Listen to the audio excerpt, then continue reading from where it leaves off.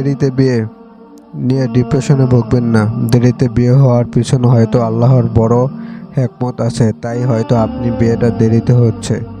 একটু নিজের শরীরে মনে যত পড়াশোনা বা সমবয়সে সব সময় নতুন কিছু শেখা যায় না, ও নিজের কোনো দক্ষতাকে টাকা ও কনভার্ট করা মানে অল্প কিছু নিজের ইনকাম।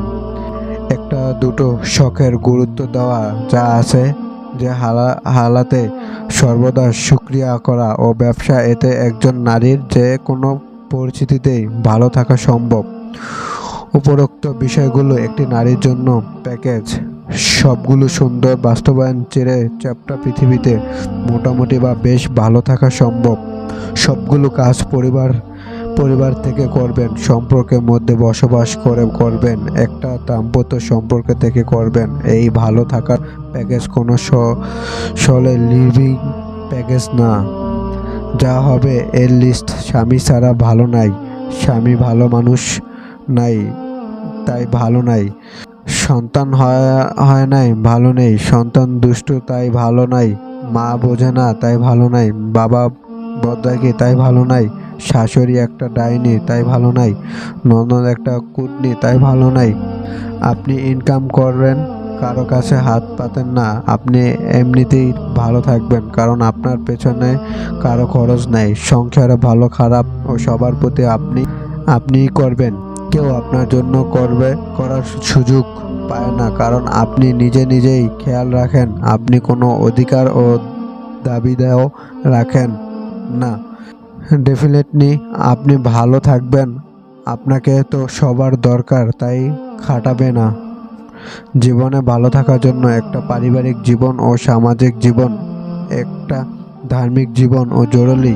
কিন্তু এসবে ঘাটতি ও খামতি থাকলেও আপনার কিছু আসবে যাবে না যদি আপনার উপরোক্ত বিষয়ে গুরুত্ব দেন। আপনি সুরক্ষিত হন, আপনার সন্তান সুরক্ষিত না হলে আপনার জীবন বৃথা এরকম ভাববেন না। হয়তো পারে শত চেষ্টার পরও একটা সন্তান বকে গেছে, আশানুরূপ রেজাল্ট হয়নি, ক্যারিয়ার হয়নি, দায়িত্বশীল হয়নি।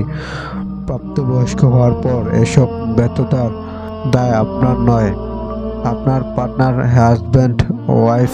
সামাজিক না অনেক দায়িত্ব কর্তব্য বোঝে না, ধর্মকর্ম তেমনি একটা করেন না।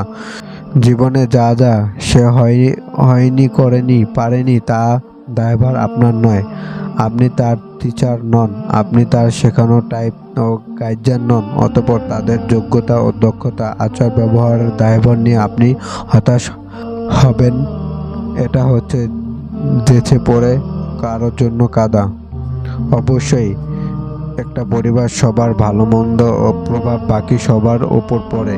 এক্ষেত্রে একজন স্ত্রী, একজন মা, এই চরিত্র, এগুলো জীবনের হিসাব নিকাশের ফেলেই করিয়ে দেয়। কিন্তু আপনি ফেল না হয়ে থাকা পারেন না। আপনি আপনার গ্রহ ও মেন্টাল নিয়ে কাজ করুন, আপনার ঘষা মাজা করুন, আপনাকে তৈরি করতে সময় দিন।